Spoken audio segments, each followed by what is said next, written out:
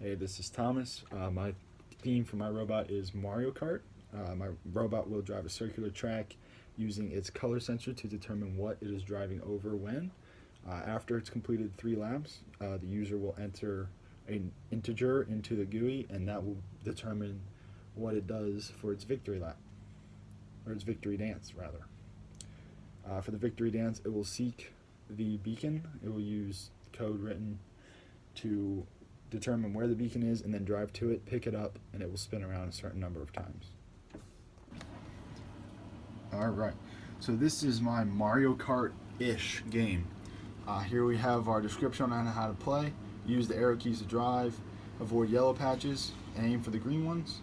Once your LEDs turn off, you've completed the race, and you'll click the victory dance button to strut your stuff.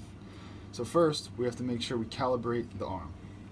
So when we calibrate the arm, the robot will calibrate.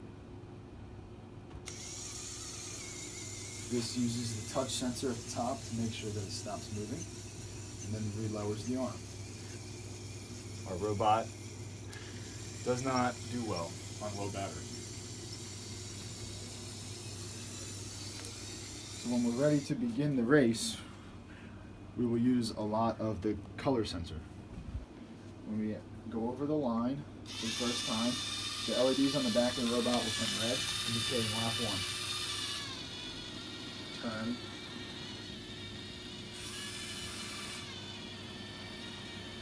We're now going to use the color sensor and aim for the green patch so that we can have a little bit of a speed boost. We're going to avoid the yellow so we don't spin out. As we come around to the finish line again, notice how the LEDs will change color to amber, indicating we're on lap 2. Now we're on lap 2, we'll do the same thing again. Just like any good Mario Kart race, there's 3 laps. We'll aim for the green again, so we can get our little speed boost. And we died. After a quick pit stop, we are back on the track. We hit green. Hold up. And we're going to go for yellow. Well, yellow, what happens when we hit yellow is we definitely spin out there. And then we got to back up and get back on track. By just narrowly missing yellow, we're back on the track. We're still on lap 2. When we cross the finish line, notice how our lights turn green. Now we're on the final lap. We make our way around. I'm going to hit the wall here. See how it gives me, it backs up, giving me time to correct my error and continue to move forward, keeping me on track. I missed the green again, unfortunately. I head around, making the final turn, hugging the inside corner. As we cross the finish line, our lights turn off, and now we're ready to enter into our entry box the amount of spins we want to do for our victory dance. We take the number 2 and we click victory dance. Our robot now looks to seek the beacon, which is out over the track. While it's running this code, it does not care what color it drives over.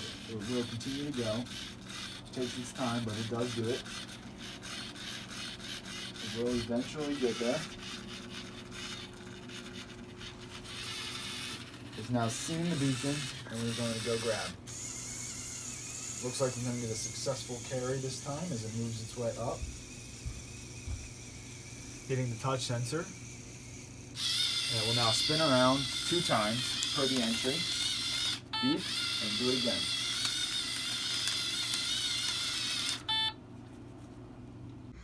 Alright, so to conclude my project, to meet the individual basic requirements, my theme was Mario Kart.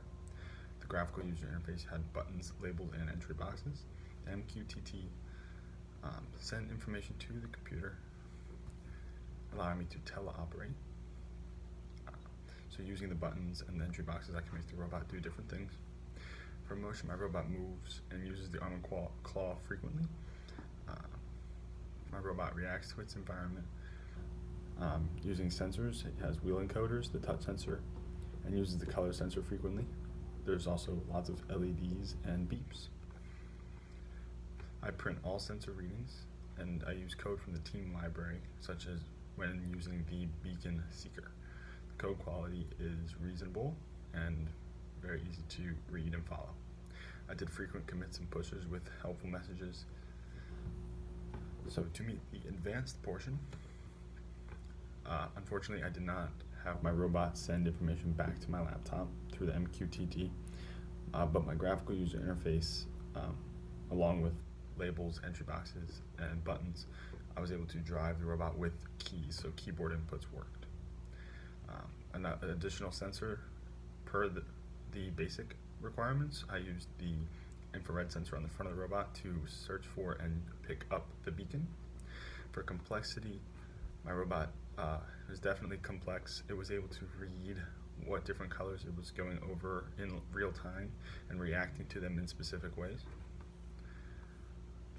And the code quality was helpful and easy to read, no longer than 15 lines per method and function, and I avoided duplicate code fragments. Thank you.